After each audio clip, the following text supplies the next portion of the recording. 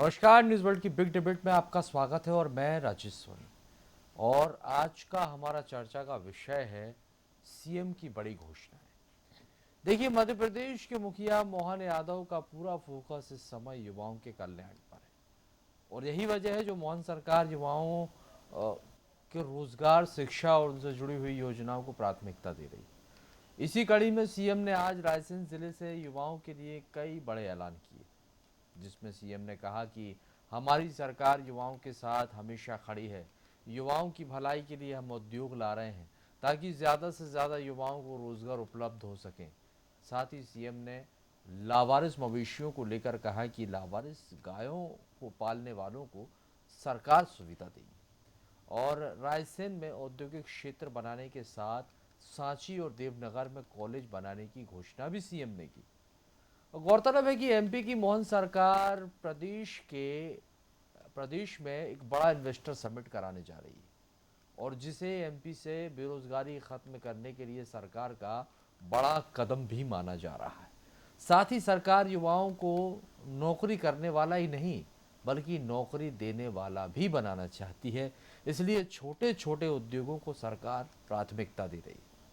बहरहाल सीएम की इन पहलों से युवाओं को कितना लाभ मिलेगा, इसी पर आज हम चर्चा करेंगे। दो खास मेहमान भी हमारे साथ जुड़ेंगे, लेकिन उससे पहले हम आपको सुनवाते हैं कि सीएम ने क्या कुछ वो बड़ी घोषणाएं की। सुनिए जरा। आज जब हम अपने यहाँ कृषि की बात कर रहे हैं तो कृषि उपज मंडी कैसे छोड़ेंगे। निश्चित रूप से कृषि उपज मंडी बनाई जाएगी। सुब्रहाम जी ने जो जो कहा है, आपने कहा कि रायसेन जिले में औद्योगिक केंद्र, अरे भैया मेरे जितनी देर का भाषण उसमें आधे से ज्यादा उद्योग के मामले में बोल रहा हूं। तो निश्चित रूप से रायसेन के युवाओं को रोजगार दिलाने के लिए औद्योगिक क्षेत्र बनाया जाएगा। आपने कहा यहाँ सांची में महाविद्यालय बनाना है, सांची और देवनगर। निश्चित रूप से सांची में और देवनगर में जहां आप चाहोगे कॉलेज बनाने की घोषणा की जाती है। अपने बच्चे पढ़े लिखे, कॉलेज खुलेगा तो लाभ ही मिलना है। अपने अपने स्थान पर सांस्कृतिक भवन बना करके वहां विचार विमर्श के लिए, और कोई दायरा नहीं है ये केवल हमारे धर्म की बात करेंगे। तो देखिए, सीएम ने क्या खास बड़े ऐलान जो किए हैं वो स्क्रीन पर आप देख लीजिए। एमपी के उद्योग इन्वेस्ट मध्य प्रदेश में बेहतर मंच देने की बात वो कह रहे हैं। बेरोजगारों के लिए हमारी सरकार काम कर रही है, सीएम ने यह भी कहा है। उन्होंने कहा कि हमारे यहाँ 1.5 करोड़ युवा हैं और युवाओं की भलाई के लिए हम उद्योग लगा रहे हैं और सरकार हमेशा मुसीबत की घड़ी में युवाओं के साथ खड़ी है। ये तमाम जो ऐलान हैं बड़े, ये सीएम ने मंच से किए हैं। अब हम चर्चा को आगे बढ़ाते हैं। मेहमान हमारे साथ जुड़ गए हैं, मेहमानों का परिचय पहले आपसे करवा दें। बीजेपी प्रवक्ता प्रेम व्यास जी हमारे साथ जुड़े हैं। प्रेम जी, आपका बहुत बहुत स्वागत है। और सीता शरण सूर्यवंशी जी हमारे साथ कांग्रेस प्रवक्ता हैं। सूर्यवंशी जी, आपका भी बहुत स्वागत है। आप दोनों मेहमानों का स्वागत करते हुए सबसे पहले सरकार जिस तरह से युवाओं के उत्थान की बात कर रही है, मध्य प्रदेश से बेरोजगारी खत्म करने की बात कर रही है और सीएम लगातार इस ओर प्रयास भी कर रहे हैं। आज भी रायसेन से कई बड़ी घोषणाएं की हैं और उनमें से मैं आपसे ये भी पूछना चाहूँगा, मध्य प्रदेश में युवाओं के लिए जो योजनाएं पहले से चलाई जा रही हैं, फिर चाहे बात स्वावलंबन योजना की हो, स्टार्टअप इंडिया अभियान की हो, तो इनका वास्तव में कितना असर जो है वो अभी तक युवाओं को मिला है, इस पर बता दीजिए, उसके बाद आगे की बात करें।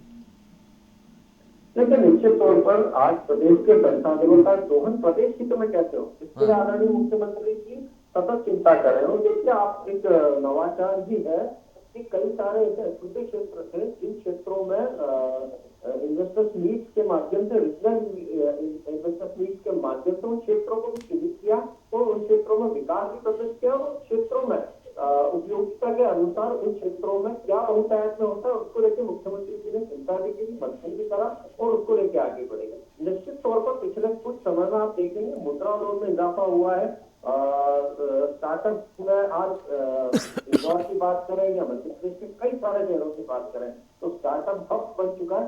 एमएसएमई को लेकर आज प्रदेश सरकार और केंद्र सरकार दोनों मिलकर कार्य कर रही है। उसमें जो आदिवासी और SC/ST की महिलाएं, उनके लिए अलग से मत निर्माण किया जाता है। हम बजट में पहले इम्प्लीमेंटेशन करते हैं। हमने पहले पूर्व में कहा था कि 2 दीदी, तो 1 लाख से ज्यादा 2 दीदी बनाने का कार्यक्रम उसको बजट में इम्प्लीमेंट किया। वास्तविकता में विकास तब संभव होता है जब उसके लिए सुदृढ़ नीति हो और उस सुदृढ़ नीति के तहत आगे बढ़े। अब रायसेन की बात जो आज आदरणीय मुख्यमंत्री जी ने करी, तो वहां पर बहुतायत में गेहूं, आटा, मैदा ये बहुतायत में होता है और निश्चित तौर पर मंडी की मांग पिछले काफी समय से थी ताकि वहां के लोगों को उसका फायदा मिले।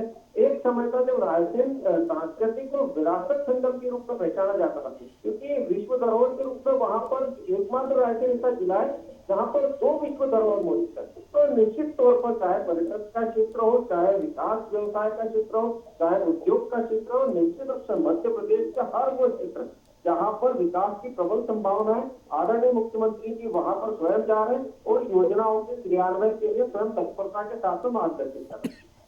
ठीक है, लौट रहा हूँ सर आपके पास प्रेम व्यास जी। सुरवंशी जी देखिए, अभी प्रेम व्यास जी को भी सुना, युवा सरकार की प्राथमिकता है और जिस तरह से सीएम लगातार प्रयासरत हैं युवाओं के लिए, कई योजनाएं जो हैं वो युवाओं के लिए सरकार चला रही है और आप लोग कहते हैं कि ज़मीनी स्तर पर उसका असर ही नहीं दिखता। सरकार उन्हें आत्मनिर्भर भी बनाना चाहती है, आप लोगों को कोई असर ही दिखाई नहीं दे रहा है सरकार की इस मेहनत का, क्यों? आदरणीय, युवा लाठियां और पानी की बौछारें खा रहा है। इन्होंने जो कहा है कि हम युवाओं को, ये बहुत खुशी की बात है कि युवाओं के लिए रोजगार की बात करते हैं, लेकिन ज़मीनी स्तर पर युवाओं को, युवा बड़ी बड़ी डिग्रियां लेकर के बेचारा रोड पर भटक रहा है और युवाओं के इन्वेस्ट में, ये इन्वेस्ट की भी बड़ी खुशी की बात है, रायसेन ज़िले की बड़ी खुशी की बात है। 650 इंडस्ट्रीज प्लॉटिंग में 450 जो फैक्ट्रियां चल रही थीं, जिसमें 200 फैक्ट्रियां बंद पड़ी हैं लॉकडाउन के बाद से, उस पर तो सरकार बात नहीं करती है। पूर्व माननीय मुख्यमंत्री महोदय ही अपनी गाड़ी में और झोले में नारियल उद्घाटन के लिए रखे ही रहते थे। वही आज की जो इन्वेस्ट हो रहे हैं, हमें बड़ी खुशी की बात है कि हमारे नौयुवा को रोजगार मिले और रोजगार मुद्रा लोन, क्या ये जो MBA प्लस आपका इंजीनियरिंग और बड़ी बड़ी डिग्रियां लेकर के जो इंजीनियर और MBA 16,000 जो हमारे नौयुवा और जो 25-25 लाख रुपए खर्च करके ये नौयुवा जो रोड पर भटक रहा है और जब नौकरी की तलाश में वो सरकार से मांग करते हैं, सीएम हाउस का घेराव करते हैं, तो उन्हें लाठी और डंडे खाना पड़ते हैं। प्रेम व्यास जी, ये बड़ा सवाल हो जाता है कि जब इतनी सुविधाएं युवाओं को मिल रही है, आप लोग रोज़गार मुहैया कराने की बात कर रहे हैं, तमाम तरह की योजनाएं चला रहे हैं, तो फिर क्यों पढ़ा लिखा युवा बेरोज़गार है और उसे प्रदर्शन करना पड़ रहा है? घेराव का जिक्र यहाँ पर सुरवंशी जी कर रहे हैं, युवा घेराव करने पहुँचता है तो लाठी डंडे जो हैं बरसाए जाते हैं। बता दीजिए, मध्य प्रदेश में अभी तक कितने युवाओं को सरकारी नौकरियाँ मिल रही हैं, कितना रोज़गार मिल पा रहा है? क्योंकि सरकारी आंकड़े भी बहुत चौंकाने वाले हैं। देखिए, दोनों बात है। सर्वप्रथम तो इन्होंने स्वीकार किया कि 2003 के पहले आप देखेंगे तो युवाओं की स्थिति क्या थी शिक्षा के क्षेत्र में। आज निश्चित रूप से एक बड़ा शिक्षा का क्षेत्र को स्थापित किया है मध्य प्रदेश में। IIT भी स्थापित करें। निश्चित तौर पर शिक्षा में सर्वप्रथम मध्य प्रदेश ने नवाचार भी प्रदर्शित कराए, 2020 में नई शिक्षा नीति को भी लागू कराए। और दूसरा अगर बात करेंगे तो एक समय ऐसा था ना जब 2000 उद्योग 2003 में बंद हो गए थे, उद्योग नीति माइनस में जा चुकी है 22%। रिकॉर्डेड NSSO का रिसेंट डाटा अगर बताता है कि मध्य प्रदेश बेरोजगारी वाले राज्यों की दर में सबसे कम है। इसका मतलब यही कि हमने रोजगार प्रदत्त करा। अब RBI का डाटा उठाकर देखिए, उसमें लगभग 64 करोड़ रोजगारों की बात कही जाती है। कोई अटकेटी के कोई भी जाकर देख सकता है। दूसरा जो EPFO का डाटा होता है वो 65 प्रदेशों से लिया जाता है। पहले EPFO का डाटा होता था 11 करोड़, आज 27 करोड़ है। और निर्मला सीतारमण जी ने पटल पर खड़े होकर जानकारी दी, अगर झूठ की अविश्वास प्रस्ताव लाना था उनके खिलाफ। लेकिन चूंकि 16 करोड़ अतिरिक्त लोग व्यवसाय से जुड़े हैं, तभी तो वो EPFO प्रकार है ना। दूसरा जो मैंने स्टार्टअप की बात करी, आप देखेंगे कि किशनपुर क्षेत्र में आयकर जैसी कंपनी जब वहां पर स्थापित होती है तो लगभग 2000 करोड़ का निवेश करने के बाद में प्लांट बनता है, 90,000 वाहनों का निर्माण होता है और ये सतत प्रक्रिया चल रही है। लगभग 100 इकाइयां वहां पर ऐसी है जो मैन्युफैक्चरिंग, आज हम कहते हैं कि नहीं तो इसमें सरकार का कितना समर्थन है, सरकार का कितना समर्थन है? एक मिनट, आप प्रेम व्यास जी, स्टार्टअप की कंपनी का जो आप जिक्र कर रहे हैं उसमें सरकार का कितना समर्थन है? जो निश्चित रूप से, इसीलिए तो मैंने कहा है कि जब भी कोई स्टार्टअप रजिस्टर्ड होता है तो उसके लिए नियमों का शिथिलीकरण हो, नियमों को सरल बनाना हो, उनको अनुदान प्रदत्त करना हो। पूर्व में हमने बढ़ाया, पूर्व में हमने PLI स्कीम लेकर आए थे और PLI स्कीम लगभग 15 सेक्टर में लेकर आए। आप देखेंगे खिलौने के क्षेत्र में जब लेकर आए थे तो पहले चाइना से लगभग 70% आया थे, तब आज हम 30% निर्यात कर रहे हैं। वास्तविक कारण जब आप धरातल पर आकर कार्य करते हैं तो निश्चित रूप से स्वरोजगार और रोजगार दोनों की तरफ आगे बढ़ते हैं। पिछले कुछ सालों में जो गवर्नमेंट जॉब्स का 77,000 जॉब्स का डाटा निकल कर आया था, जिसमें विभिन्न क्षेत्रों में वॉन्ट्स भी निकली थी और रोजगार भी प्रदत्त किया गया था। दूसरी चीजें स्वरोजगार के प्रति हमने प्रदत्त किया है ना, मुद्रा लोन के माध्यम से या किसान क्रेडिट कार्ड के माध्यम से लगभग 5 लाख ग्रामीण क्षेत्र के युवाओं को जोड़ा। छोटे मोटे व्यापार उन्होंने प्रारंभ करे और आज उनकी परिस्थिति में है कि वे दूसरों को व्यापार दे रहे हैं और निश्चित तौर पर जो कार्य किए वो धरातल पर है। दूसरा जो अभी की घोषणाएं हुई है उसमें सिर्फ MOU साइन नहीं हो रहा है, आप देखेंगे उसमें कार्य प्रारंभ हो चुका है। उज्जैन में विक्रमपुरी औद्योगिक क्षेत्र में डेयरी प्लांट का कार्य प्रारंभ हो चुका है। एशियन पेंट्स का 1500 करोड़ का और JSW का कार्य प्रारंभ हो चुका है। कामाख्या लॉजिस्टिक पार्क का 750 करोड़ का प्रस्ताव था, उसका कार्य प्रारंभ हो चुका है। बड़ा ऐसी पार्क का कार्य प्रारंभ हो चुका है उज्जैन में, जिसका मुख्यमंत्री जी ने स्वयं भूमि पूजन करा था। इंदौर में लगभग 3 IT पार्क है, एक IT पार्क में लगभग युवाओं को नौकरी मिलती और आप देखेंगे विश्व स्तरीय कंपनी आज वहां पर आ रही है। तो हमने इंफ्रास्ट्रक्चर डेवलपमेंट करा है, हमने शिक्षा में बदलाव करे और उसके बाद में आज ये समय है कि हमने जो पूर्व में बीज बोए थे वो निश्चित रूप से अंकुरित होकर आज वृक्ष के रूप में है, तो उनको उचित खाद देकर फल अर्जित करने की स्थिति में आज मध्य प्रदेश है। इसीलिए मध्य प्रदेश नवाचार के क्षेत्र में मध्य प्रदेश का हर वो पिछड़ा क्षेत्र जो विकास में, जिसमें पहले इंफ्रास्ट्रक्चर डेवलप करा, अब वहां पे व्यापार व्यवसाय और मध्य प्रदेश में जो मध्य प्रदेश के संसाधन है उसका दोहन कैसे हो, इसको लेकर नवाचार प्रदर्शित किया जा रहा है। नवाचारों का जिक्र कर रहे हैं और उन्होंने कहा हमने तो युवाओं के लिए बहुत काम किए, आप लोगों को जमीनी स्तर पर दिखाई नहीं देते। देखिए, सांची विश्वविद्यालय, वहाँ टीचर भी अभी उपलब्ध नहीं कराए हैं। रायसेन की बात करने जा रहे हैं, हमारी सरकार वो पक्ष की भी है और विपक्ष की भी है, हम उसका स्वागत करते हैं। पिछले जो 8 इन्वेस्ट हुए, उन 8 इन्वेस्टों में कई हजार करोड़ खर्च हुआ है, उसका कोई धरातल पर आज तक दिखाई नहीं दिया है, ना उसका कोई श्वेत पत्र जारी किया है। अब अभी की इन्वेस्ट की हम आशा और उम्मीद करते हैं कि हमारे प्रदेश की नौजवान पीढ़ी को रोजगार मिले, लेकिन वो रोजगार जैसे मंडीदीप का मैंने जिक्र किया कि उस रायसेन जिले की इंडस्ट्रियल एरिया वो हमारे मध्य प्रदेश की आन बान शान है। 2021 और 22 में सरकार द्वारा राजीव अग्रवाल जी इंडस्ट्रियल उस एरिया के प्रेसिडेंट हैं, उनको आदेशित किया गया था कि आपका औद्योगिक क्षेत्र बंद किया जा रहा है। ये भास्कर ने भी, आपके मीडिया के माध्यम से भास्कर ने भी इसको छापा था।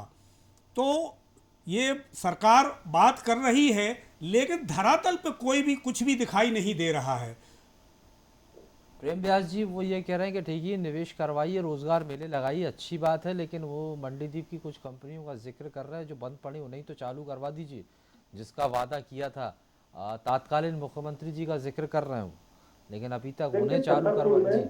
हाँ, NMDC की माइंस बहुत वर्षों से बंद थी, उसको आदरणीय शुभांकर अध्यक्ष जी ने कानूनी लड़ाई लड़कर उसे चालू करा। इसलिए मैंने कहा कि धरातल पर जब आकर देखेंगे तो निश्चित तौर पर कार्यों की एक बहुत बड़ी श्रृंखला है। दूसरा, स्टार्टअप को लेकर जो प्रश्न हुआ था, तो स्टार्टअप को लेकर 2002 में और स्टार्टअप पुरस्कार जो था 2022 और 2023 में उसके परिणाम जब घोषित हुए थे तो मध्य प्रदेश को रैंकिंग में लीडर अवार्ड प्रदान किया गया था।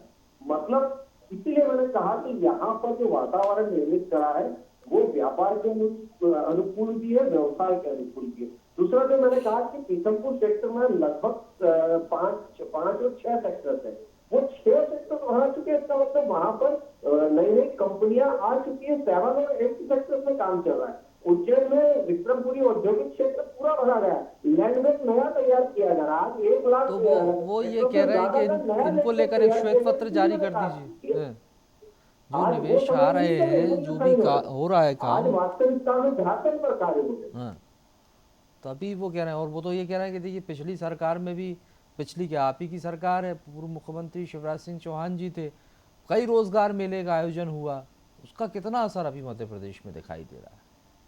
देखिए उस समय लगभग 2 से 3 लाख जॉब्स का सर्जन हुआ था। इसीलिए एनएसओ का रिसेंट डाटा जो आया है उसमें मध्य प्रदेश बेरोजगारी दर में सबसे कम है। अगर आप डाटा पर विश्वास नहीं करते तो मैंने ईपीएफओ की बात करी, अगर आप ईपीएफओ में नहीं विश्वास करते तो आरबीआई की बात करें।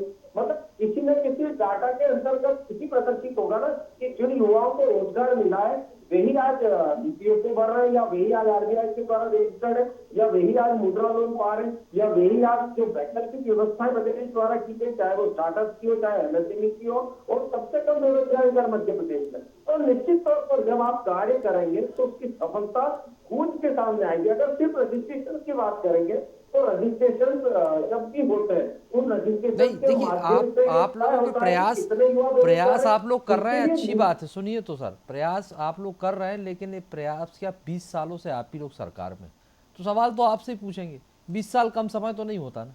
अब उन प्रयासों का जमीनी स्तर पर असर दिखना चाहिए। वो चाहे बात कोई युवा की हो, चाहे विपक्ष हो, विपक्ष का तो काम ही है, वो तो खामियां खोजेगा ही, सवाल उठाएगा ही। हाँ। नहीं देखिए, वैसे भी उतनी तेजी से काम नहीं दिखता मेडिकल ना। हाँ, कॉलेज की बात जितनी हो आप तो लोग तेजी से बता रहे हैं। 5 मेडिकल कॉलेज मध्य प्रदेश में हुआ करते हैं और लगभग 25, तो मतलब 4000 डॉक्टर पर ईयर अतिरिक्त निकल कर आएंगे।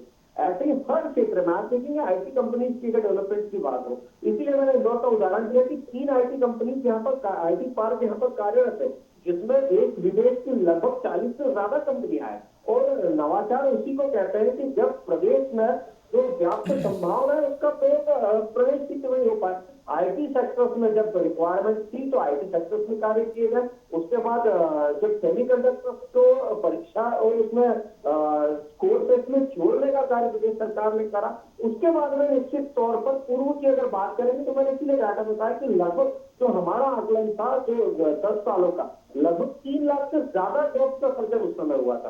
और उसके बाद में रीजनल स्तर पर भी हमने जॉब देने का कार्य करा। तो चाहे रोजगार की बात हो, चाहे स्वरोजगार की बात हो, दोनों समय पर प्रदत्त होते हुए मध्य प्रदेश में सरकार ने ये प्रदत्त करा है कि ठीक है। किसी भी युवा को शुभंशी जी, ना भटकना पड़े। शुभंशी जी, लगातार जिस तरह से प्रेम व्यास जी कह रहे हैं, उन्होंने तो अपनी उपलब्धियां गिना दी। अब कई बार तो बात ये भी भाजपा ये कहती है कि आप लोगों ने तो बीमारू राज्य छोड़ा था, उसे बाहर निकालकर जो है वो बीजेपी लेकर आई है, जो आज धीरे धीरे हम विकसित राज्य की ओर आगे बढ़ रहे हैं।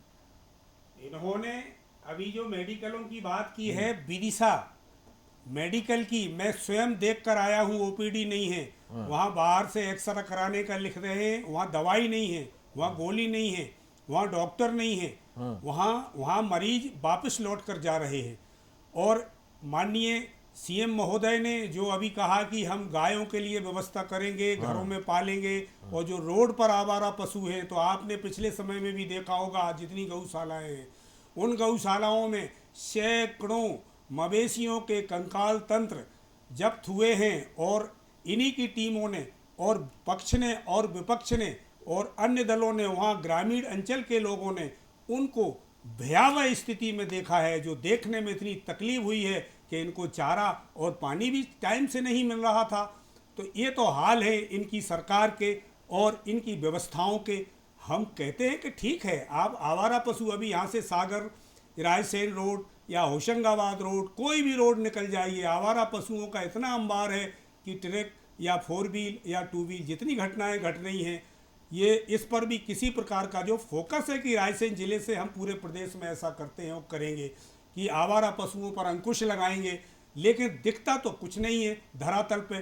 ट्रक से भी अब जब वो बेचारा मवेशी मारा जा रहा है तो बड़ी देखने में तकलीफ होती है कि हमारे प्रदेश की ये तकदीर और तस्वीर कुछ और ही है।